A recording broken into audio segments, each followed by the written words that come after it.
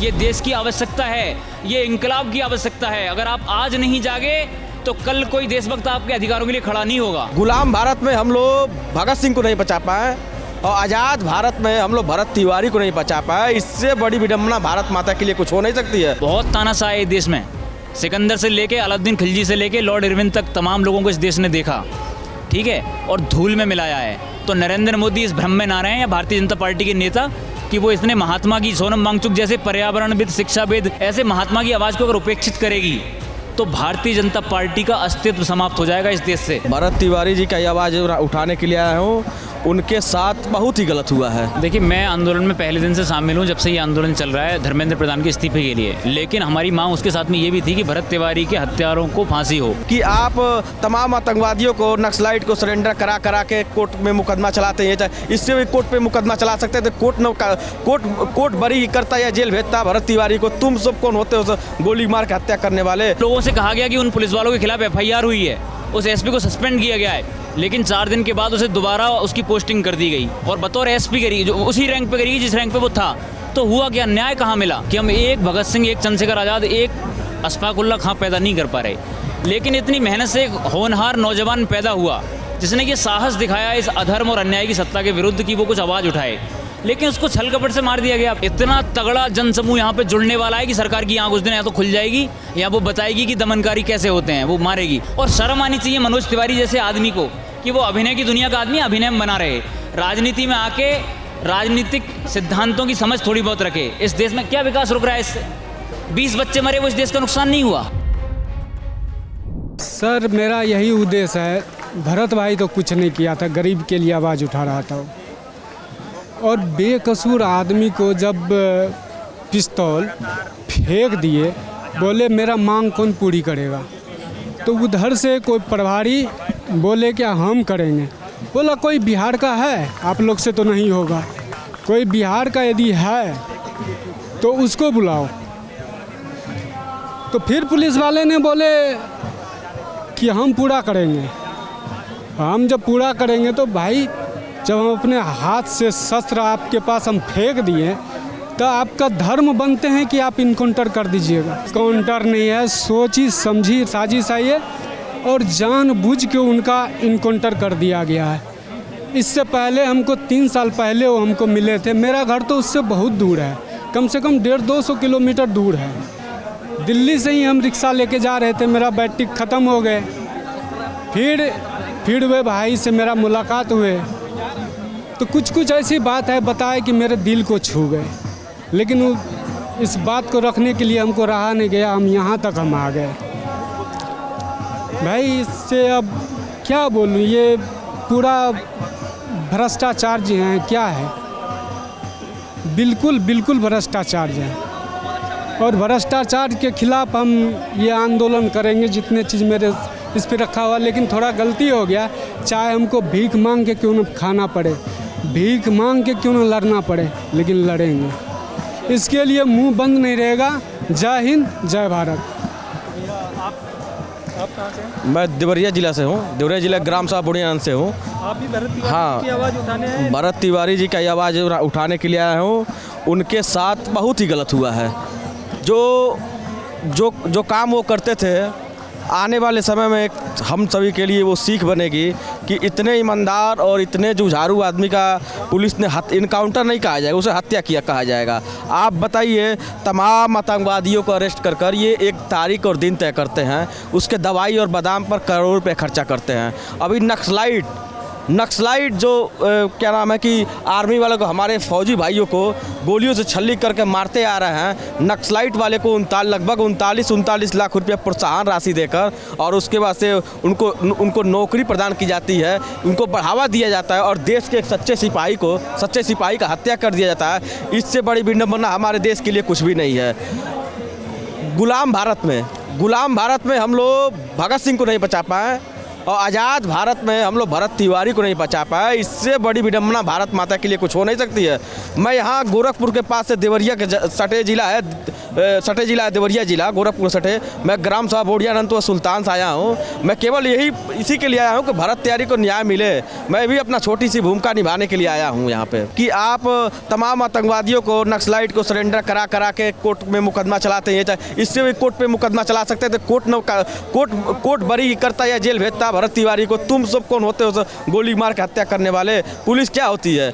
एक इशारे पर हमारे यहाँ क्या नाम है, बिहार सरकार के एक इशारे पर एक देशभक्त की हत्या हो जा रही है। इससे बड़ी विडम्बना हमारे लिए कुछ नहीं है। जैसा कि आप यहाँ आए हुए हैं, यहाँ कॉकरोच जनता पार्टी का आंदोलन चल रहा है, तो क्या आप लोग भरत तिवारी जी के लिए भी ऐसा ही हम बड़ा आंदोलन करेंगे आने वाले? एकदम इससे भी बड़ा आंदोलन करेंगे हम स्पेशली भरत तिवारी जी के लिए ही यहाँ पे आया हूँ। लेकिन जात तो पहचान है। तो जैसा आप कह रहे हैं कि हम लोग बहुत बड़ा आंदोलन करेंगे, तो उस आंदोलन की प्रमुख मांगे क्या होंगी? हमारी प्रमुख मांगे यही रहेंगी कि हमारे बिहार में हाल ही में बंटी यादव की भी हत्या हो गई है, जो सरकार जो वहाँ पे मतलब कि तमाम तरह की कीचड़ वहाँ फैल रहा था, उसके खिलाफ आवाज़ उठाता। बंटी यादव का भी हत्या हो गया, भरत तिवारी का भी हत्या हो गया। मैं इन दोनों के लिए यहाँ पे आया हूँ कि दोनों को न्याय मिले। मेरी प्रमुख मांगे यही रहेंगी कि दोनों को न्याय मिले और दोषियों की तत्काल फांसी हो, तुरंत फांसी हो।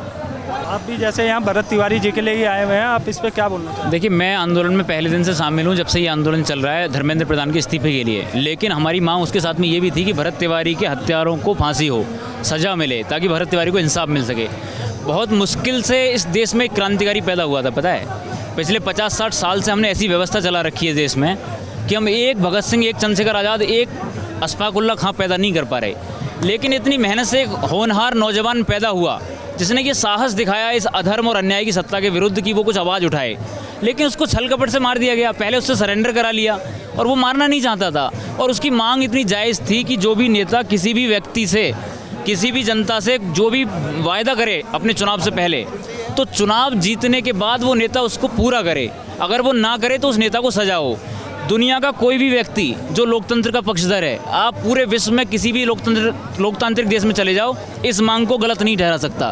कोई भी नेता भी नहीं ठहरा सकता। लेकिन उसके बावजूद भी उसकी हत्या करी गई और लोगों से कहा गया कि उन पुलिस वालों के खिलाफ FIR हुई है, उस SP को सस्पेंड किया गया है। लेकिन 4 दिन के बाद उसे दोबारा उसकी पोस्टिंग कर दी गई और बतौर SP करी, जो उसी रैंक पे करी जिस रैंक पे वो था। तो हुआ क्या? न्याय कहाँ मिला? पूरा देश सीख रहा था उस समय पर, लेकिन न्याय तो नहीं मिला। वो आदमी मर जाएगा जो भूखा बैठा है। वो इस देश के लिए बैठा है, इस देश के भविष्य के लिए बैठा है। लेकिन सरकार बिल्कुल सुनने को तैयार नहीं है। एक समय था जब ऐसा ही जो बुद्धि भ्रष्ट हुई थी वो इंदिरा गांधी की हो चुकी थी। इंदिरा गांधी ने तो देश के लिए बहुत काम किया था, लड़ाइयाँ जीती थी, बांग्लादेश का युद्ध जीता था और बहुत सारे संस्थान स्थापित किए। उसके बाद भी जब इंदिरा गांधी ने तानाशाही चलाने की कोशिश करी तो लोगों ने उसको उखाड़ फेंका, पता है। अभी तो केवल एक पद की बात चल रही है कि सिर्फ आप शिक्षा मंत्री को बदल दीजिए। लेकिन अगर बहुत ज़्यादा ये चलता रहा तो वो दिन दूर नहीं है कि जनता एक बार फिर ये कहने लग जाएगी कि सिंहासन खाली करो कि जनता आती है। तो अभी वक्त है, सरकार समझ जाए, इस आक्रोश को और ना बढ़ने दे, उस महात्मा की जान बचा ले, वरना ऐसा ना हो कि ये लड़ाई इंकलाब की लड़ाई बन जाए। यहाँ बैठे हुए हज़ारों नौजवानों का खून दिन ब दिन खौलता जा रहा है। और ये भाई, ये संतोष भाई मधेपुरा बिहार से आए हैं, चल के आए हैं, भरत तिवारी के लिए आए हैं। तो इस तरह के नौजवान लगातार देश भर से यहाँ पे जुड़ रहे हैं। 20 तारीख को जो संसद मार्च की बात है, इतना तगड़ा जनसमूह यहाँ पे जुड़ने वाला है कि सरकार की आँख उस दिन या तो खुल जाएगी या वो बताएगी कि दमनकारी कैसे होते हैं, वो मारेगी। हम बिल्कुल तैयार हैं। बहुत सारे नौजवान हमारे साथ आए हैं। संदीप भाई भगत सिंह यूनियन के हेड हैं, वो भी आ रखे हैं। गोरखपुर से हमारे भाई आए हैं, ठीक है। बहुत सारे साथी हमारे यहाँ लगातार जुट रहे हैं और हम लगातार बढ़ते जाएंगे। पूरे देश से कॉल आ रहे हैं, मैसेज आ रहे हैं, फ़ोन आ रहे हैं कि हम भी पहुँच रहे हैं। तो 20 तारीख का इंतजार है और 20 तारीख को ये लड़ाई आर पार की लड़ाई होगी। तो जैसा कि कई आलोचक कह रहे हैं कि क्या सिर्फ एक मंत्री के ही इस्तीफा देने से सुधार होगा? बात इस्तीफे की नहीं है, बात इस बात की है कि 20 बच्चों ने धर्मेंद्र प्रधान की अयोग्यता के कारण आत्महत्या नहीं करी। धर्मेंद्र प्रधान अपनी जिम्मेदारी निभाने में, इतना जब केंद्रीकृत सिस्टम है, NTA आपने पूरे देश की एक एजेंसी बनाई, नेशनल टेस्टिंग एजेंसी। तो जब इतने केंद्रीकृत सिस्टम में सारा क्रेडिट आप लेते हैं तो आप अपने फॉल्ट पे, अपनी अयोग्यता के, अपनी किसी गलत काम की जिम्मेदारी नहीं लेंगे क्या? यहाँ तो आप बनाओ देश में 50 शिक्षा मंत्री, फिर कहो कि आप उस वाले का ले लो जो वहाँ के लिए जिम्मेदार था। लेकिन एक राष्ट्रीय परीक्षा है, एक राष्ट्रीय मंत्री, तो जिम्मेदार कौन? और बात ये नहीं है कि बदलने के बाद कौन आएगा, बदलने के बाद वो आएगा जो ये जिम्मेदारी लेगा कि मैं ऐसी गड़बड़ियाँ नहीं होने दूंगा। और उससे भी ज़्यादा महत्वपूर्ण बात यह है कि जब संसद को जनता की आवाज़ सुनाई नहीं देती, ये जो सत्याग्रह है, अगर इसकी उपेक्षा सरकार करेगी तो इस देश में इतनी भयंकर निराशा आएगी कि लोग फिर इस अन्याय के और अत्याचार के खिलाफ लड़ना बंद कर देंगे। इसलिए इस आंदोलन का जीतना जरूरी है। और लोकतंत्र में एक संकेत भी तो देना है जनता को कि भाई कितने सारे लोग हुए, जयप्रकाश नारायण, राम मनोहर लोहिया, अन्ना हजारे जैसे लोग जिन्होंने सत्याग्रह किया और सरकार ने उस पर अमल किया। तो क्या ये इतने मर चुके हैं? क्या लोकतंत्र की स्थिति इतनी बिगड़ चुकी है कि वो नहीं सुनेंगे? तो ये सरकार को जनता का विश्वास हासिल भी तो करने का एक माध्यम है ना।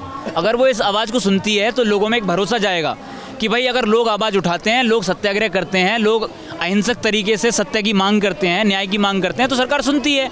लेकिन अगर नहीं सुनेगी तो फिर लोगों का लोकतंत्र से भरोसा वैसे तो बचा नहीं है। लेकिन जो बचा कुचा भरोसा है, अगर ये आंदोलन असफल हुआ, पहली बात तो होगा नहीं, अगर हुआ और जो जितना लेट हो रहा है उतना लोगों का लोकतंत्र से भरोसा टूट रहा है। और किसी भी देश में लोकतंत्र से भरोसा टूटना ना तो जनता के लिए शुभ संकेत है और ना सत्ता के लिए। बहुत तानाशाह है देश में, सिकंदर से लेके अलाउद्दीन खिलजी से लेके लॉर्ड इरविन तक तमाम लोगों को इस देश ने देखा, ठीक है, और धूल में मिलाया है। तो नरेंद्र मोदी इस भ्रम में ना रहें या भारतीय जनता पार्टी के नेता कि वो इसने महात्मा की, सोनम वांगचुक जैसे पर्यावरणविद, शिक्षाविद, तमाम काम की, आइस स्तूप का आविष्कार किया उन्होंने सेना की सहूलियतों के लिए। ऐसे महात्मा की आवाज़ को अगर उपेक्षित करेगी तो भारतीय जनता पार्टी का अस्तित्व समाप्त हो जाएगा इस देश से। इसलिए भारतीय जनता पार्टी के लोगों को ये सोचना चाहिए कि भाई रोक लें इस आंदोलन को, इसको विराट ना बनने दें, ठीक है। इसी में सबकी भलाई है, संसार की भलाई है, देश की भलाई है, छात्रों की भलाई है। जैसा कि आप कह रहे हैं कि भारतीय जनता पार्टी ये आंदोलन रोक ले, अभी कल ही मनोज तिवारी का एक बयान आया है कि सोनम वांगचुक जो ये आंदोलन कर रहे हैं उससे देश के विकास में बाधा हो रही है। क्या बाधा हो रही है बताओ आप? मनोज तिवारी जैसा अयोग्य आदमी जिसको प्रदेश अध्यक्ष बनाया था इन्होंने दिल्ली का, आपने देखा है मनोज तिवारी के इंटरव्यू वगैरह? उसको कोई समझ है किसी भी मसले पे? ऐसे लोग केवल उनकी लोकप्रियता को बीजेपी ने भुनाने के लिए अपनी पार्टी में शामिल कर लिया। और शर्म आनी चाहिए मनोज तिवारी जैसे आदमी को कि वो अभिनय की दुनिया का आदमी अभिनय में बना रहे, राजनीति में आके राजनीतिक सिद्धांतों की समझ थोड़ी बहुत रखे। इस देश में क्या विकास रुक रहा है इससे? 20 बच्चे मरे, वो इस देश का नुकसान नहीं हुआ? वो बच्चे कल क्या बनते, कितने बड़े डॉक्टर बनते, विश्व में क्या नाम कमाते, कोई कह सकता है? उनकी मृत्यु हुई, उनकी मौत हुई धर्मेंद्र प्रधान के कारण। मनोज तिवारी कह रहा है कि देश का विकास उनके न्याय के लिए आवाज़ उठाने वाले रोक रहे हैं। तो शर्म आनी चाहिए मनोज तिवारी जैसे लोगों को। और भाई अपनी आत्मा में झांक के देखो, क्या सच में ये आंदोलन विकास को रोक रहा है, या तुम्हारी सरकारें अपने तानाशाही रवैये के चलते विकास को रोक रही हैं? अगर इतनी विकास की परवाह है और इतना ही लग रहा है कि विकास रोक रहा है तो क्यों नहीं कह देते कि धर्मेंद्र प्रधान का इस्तीफा ले लो, तो हम उठ के चले जाएंगे। इन्हें शौक है क्या देश का विकास रोकने का? बस यही कहना है मुझे। बाकी ये संदेश जिन जिन लोगों तक पहुंच रहा है, मैं कह रहा हूँ संसद मार्च में आप लोग जरूर आएँ भाई। ये देश की आवश्यकता है, ये इंकलाब की आवश्यकता है। अगर आप आज नहीं जागे तो कल कोई देशभक्त आपके अधिकारों के लिए खड़ा नहीं होगा। इसलिए सोनम वांगचुक की इस आवाज़ को जीत तक पहुंचाइए और जंतर मंतर पहुंचिए। 20 तारीख को संसद मार्च की तैयारी के साथ आइए। सभी महिलाएं, बच्चे, नौजवान, बुजुर्ग सबको यहाँ पे आना चाहिए। बस इतना ही कहूँगा। जय हिंद, वंदे मातरम। मेरा नाम दीप दशानंदन, मैं पंजाब से हूँ, फिरोजपुर से, शहीदों की धरती से। जब यूथ सड़कों पर है और देश का यूथ मांग क्या रहा, हमारी मांग क्या है? हमारी मांग है सिर्फ कि जिन बच्चों ने आत्महत्या किया, जिन बच्चों की मौतें हुई, उनको इंसाफ मिले। और धर्मेंद्र प्रधान जो इस देश के एजुकेशन मिनिस्टर हैं वो इस्तीफ़ा दें। और लोकतंत्र है देश में, लेकिन फिर भी 18 से 19 दिन हो गए आज जो धरना प्रदर्शन चलते हुए, लेकिन सरकार का कोई भी नुमाइंदा यहाँ पर नहीं पहुँचा, बात करने के लिए नहीं पहुँचा। और अगर 20 तारीख तक धर्मेंद्र प्रधान जी इस्तीफ़ा देते हैं, उन बच्चों को, उन परिवारों को इंसाफ मिलता है तो वेल एंड गुड। अगर नहीं तो इस लड़ाई को पंजाब से भी शुरू किया जाएगा। अब यूथ जाग चुका है, कहते हैं ना साडा हक इथे रख, जो पंजाबी में कहावत है। और यूथ अपनी लड़ाई खुद लड़ना जानता है। और अब देख रहे हैं हज़ारों का, सैकड़ों का जो उमड़ता हुआ यूथ का जो भीड़ है, ये सिर्फ अपने हक अधिकार के लिए आई है। और गारंटी जो आने वाला भविष्य भी यूथ तय करेगा, यूथ तय करेगा। देश के प्राइम मिनिस्टर हैं, केवल एक इंसान के लिए नहीं, पूरे देश के प्राइम मिनिस्टर हैं और पूरे देश ने चुना। लेकिन आज अगर देश चुनना जानता है तो देश पलटना भी जानता है। और यूथ से ही हर चीज़ आगे आती है। अगर यूथ ने चाहा तो शायद तख्ता पलट देगा। पंजाब में हम अपनी संस्था की तरफ से, रावण सेना मिशन अम्बेडकर की तरफ से पूरा विरोध करेंगे। अगर जो ये मांगे हैं ये नहीं मानी जाती तो पूरा विरोध होगा पंजाब में, पूरा विरोध। और अक्सर कई बार कई लोग कहते हैं कि, और मुझसे पूछा गया किसी पत्रकार के द्वारा कि जो दलित है वो क्या भाजपा विरोधी है। और हम कहते हैं अक्सर कि भाजपा दलित विरोधी है। भाजपा नहीं चाहती कि देश आगे बढ़े, देश तरक्की करे, तो उसके विरोध में बैठे हैं, लगातार संघर्ष कर रहे हैं, संघर्ष करेंगे। अम्बेडकरवादी है, संघर्षों के आदी हैं। चाहे देश से विदेश से फंडिंग आ रही हो, चाहे कहीं से ही फंडिंग आ रही हो, लेकिन इस वक्त आप देखिए ये बैठे क्यों हैं, यहाँ पर बैठे क्यों हैं? बच्चों के लिए बैठे हैं ना, छात्रों के लिए बैठे हैं। तो फंडिंग तो चाहिए ही है। अगर हम कोई भी किसी भी काम को करते हैं तो यहाँ पर पानी भी चाहिए। पानी कहाँ से आएगा? फंडिंग से तो आएगा। यहाँ पर रोटी का इंतजाम भी चाहिए, वो कहाँ से आएगा? पैसों से तो आएगी। फ्री में तो सरकार तो कुछ भेज नहीं रही यहाँ पर। तो इसीलिए जो लोग बयान दे रहे हैं वो उन्हीं के लोग हैं जो इस बात को बोल रहे हैं, वो सरकारों के ही लोग हैं, वो वही बिकाऊ लोग हैं जो ये बात बोल रहे हैं। और हम तो खड़े हैं मैदान में, अड़े हैं मैदान में, और पंजाब से भी जल्द ही इस चिंगारी को आगे बढ़ाया जाएगा। आप देख रहे हैं नेट्रिक न्यूज, साहस सच कहने का।